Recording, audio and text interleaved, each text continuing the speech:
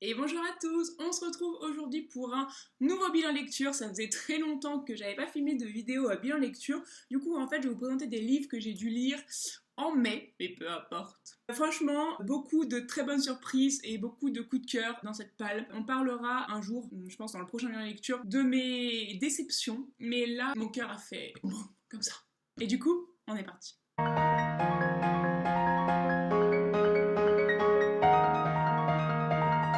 Alors je vais commencer un petit peu dans le désordre, vous l'avez vu en miniature, il y a 6 livres dont je vais vous parler aujourd'hui. Je vais commencer par mes 2 plus gros coups de cœur de ce mois de mai. Il s'agit donc d'abord de Neverwhere de Neil Gaiman. Donc je ne vous ai pas parlé encore de American God parce que j'avais eu l'intention de faire une vidéo spéciale sur American God de Neil Gaiman, mais là je ne peux pas m'empêcher de vous parler de ce bouquin parce que ça a été une espèce de mini révélation, genre j'aurais voulu vivre dans cette histoire, voilà. Autant American God m'avait complètement retourné l'esprit et c'était exceptionnellement bon, autant Neverwhere c'était vraiment le genre d'univers qui me plaît à fond les ballons. Voilà.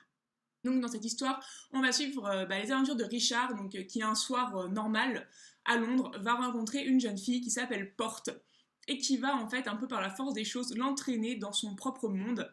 Et en fait, Porte vit dans une version parallèle de Londres, un Londres inversé, qui s'appelle Neverwhere, et du coup Richard va se rendre compte qu'il n'y a pas vraiment de retour en arrière, et Porte, elle, cherche à sauver sa vie et à trouver qui a tué les membres de sa famille. C'est très sombre et en même temps ça met en avant plein de choses hyper intéressantes. Il y a beaucoup de personnages secondaires exceptionnels. Personnellement j'ai beaucoup aimé Chasseur, qui est une femme, qui est une chasseuse en fait, mais qui s'appelle Chasseur.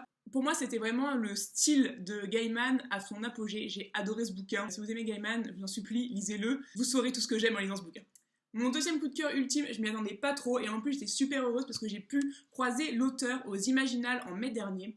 Il s'agit de Morwena de Jo Walton et je sais pas comment vous dire, c'est-à-dire que j'ai commencé ce bouquin sans trop savoir à quoi j'allais m'attendre et je suis tombée là-dedans un peu comme Alice dans le terrier du lapin. C'est-à-dire que j'ai chu et la chute n'a pas eu de fin. C'était incroyable. C'était vraiment une lecture comme j'en avais rarement fait. C'est-à-dire qu'en quelques pages, j'avais l'impression d'être Morwena. Genre, totalement. Même si je n'ai pas de sœur jumelle qui s'appelle Morgana et qui est morte dans un accident de voiture, et que je ne pense pas que ma mère soit une reine noire qui cherche à me tuer également. C'est le plot de l'histoire. Mais Morwena, voilà, elle est seule, elle part en internat. Et en fait, son refuge dans la vie, c'est la lecture et c'est la science-fiction, genre hardcore science-fiction et hardcore fantasy. Elle adore ça et en fait j'avais l'impression, à travers ses doutes, à travers sa solitude, à travers ses lectures, de retrouver l'adolescente que j'étais à 15 ans, à l'âge qu'elle avait. Et voilà, j'avais l'impression de me lire moi, de trouver une sœur, une amie, enfin voilà, quelqu'un qui me ressemblait et qui était un peu l'amie que j'aurais aimé avoir quand j'avais 15 ans et que je me sentais toute seule parce que je disais des trucs bizarres et que personne disait la même chose que moi. Du coup, ne serait-ce que pour la liste exhaustive d'ouvrages de qualité tant en science-fiction qu'en fantasy, je ne peux que vous recommander de lire Morwena, c'est magnifique. L'histoire de base est splendide, j'étais à fond dans cette histoire de gamine qui voit des fées, que personne ne croit, qui est persuadée que sa mère veut la tuer et qui est abandonnée après la mort de sa sœur et qui doit apprendre à se reconstruire. C'était vraiment une superbe histoire et en plus, voilà, trop de belles recommandations. Vous pouvez quasiment lire tout ce qu'elle vous propose dans ce bouquin parce que tout est exceptionnel.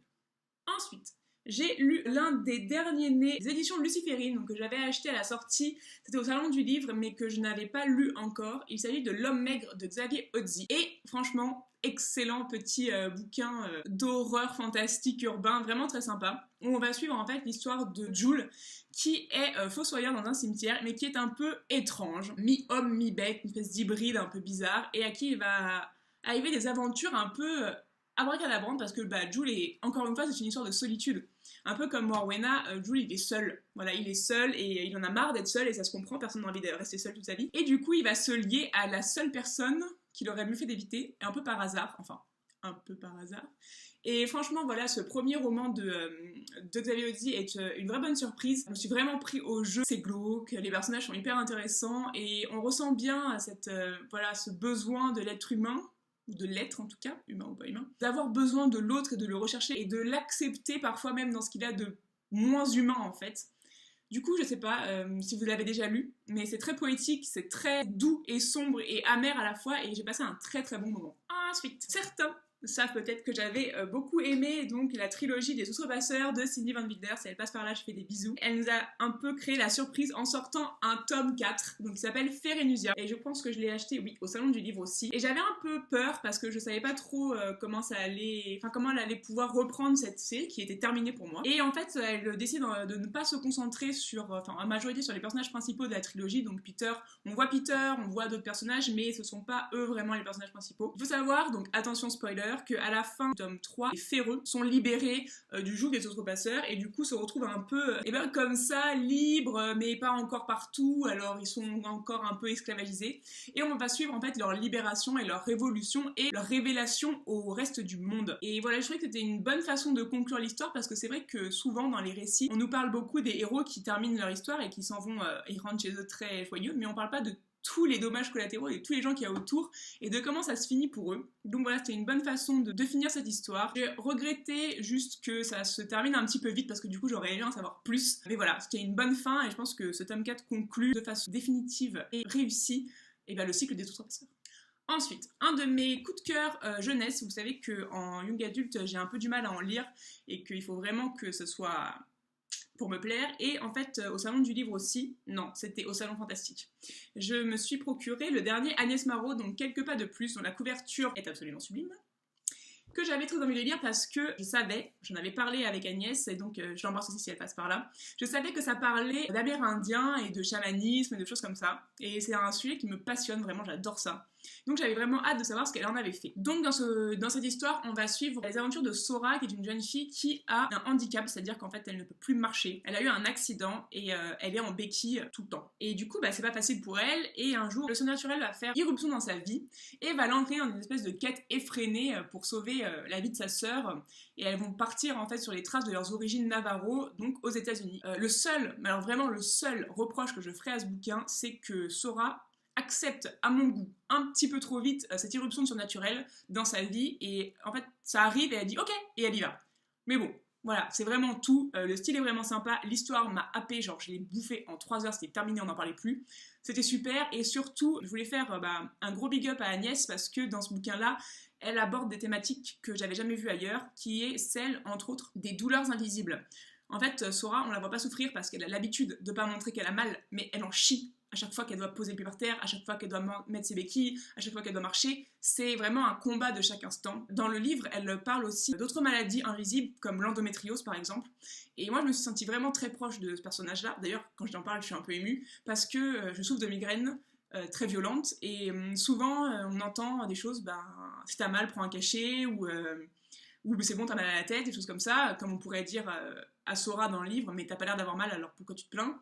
Non, c'est pas parce qu'on montre pas qu'on n'est pas en souffrance, c'est juste que voilà, on n'a pas envie, on n'a pas besoin non plus d'exprimer ça H24, on a envie de faire autre chose. Et du coup, en fait, de simplement parler de ça, ça m'a beaucoup parlé, ça m'a beaucoup touchée, et j'étais vraiment contente de lire là-dedans, que ce soit mis en avant, que ce soit reconnu, que voilà, toutes ces souffrances invisibles dont on parle pas, qu'on invisibilise parce que ça fait mauvais genre, et voilà, j'étais contente de retrouver ça là-dedans, pour moi ça m'a vraiment touchée, et je pense que ça a fait aussi la force de Sora, parce que même si elle a mal, elle apprend qu'il y a autre chose, et que cette douleur, ça peut être une force aussi, et qu'elle peut continuer. Donc voilà, un super bouquin que je vous recommande.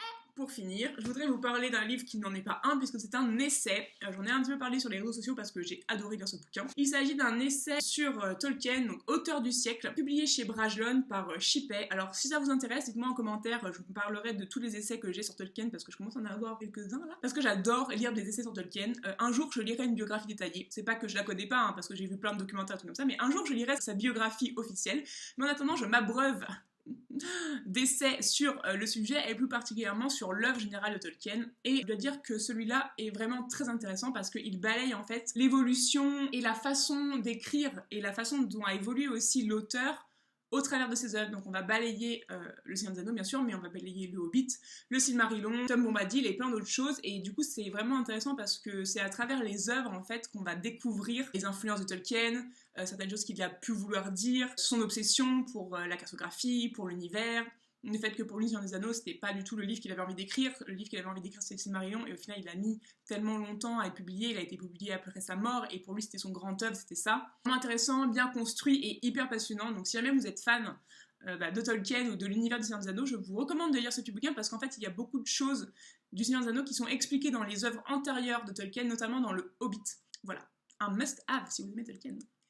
Voilà, c'est tout pour cette petite vidéo. Je vous prépare un autre bilan de lecture qui devrait arriver à la fin du mois, donc restez connectés avec d'autres ouvrages que j'ai lus en juin-juillet et qui va être aussi tip-top, même si on parlera des choses un peu moins tip-top. Je m'excuse pour le rythme de vidéo, mais je vous avais prévenu que ça allait être un petit peu compliqué parce que je suis fatiguée. Je vais pas vous mentir, je suis un peu à la ramasse de ma vie, mais tout va bien, hein, je reviens, la preuve, cette vidéo est là. Et j'espère que vous avez fait de bonnes lectures. N'hésitez pas non plus à me dire en commentaire si vous avez lu certains de ces bouquins et ce que vous en avez pensé. Et puis on se retrouve très vite pour une prochaine vidéo. En attendant, je vous souhaite de faire de super belles lectures et je vous dis à très vite et je vous embrasse très fort. Ciao!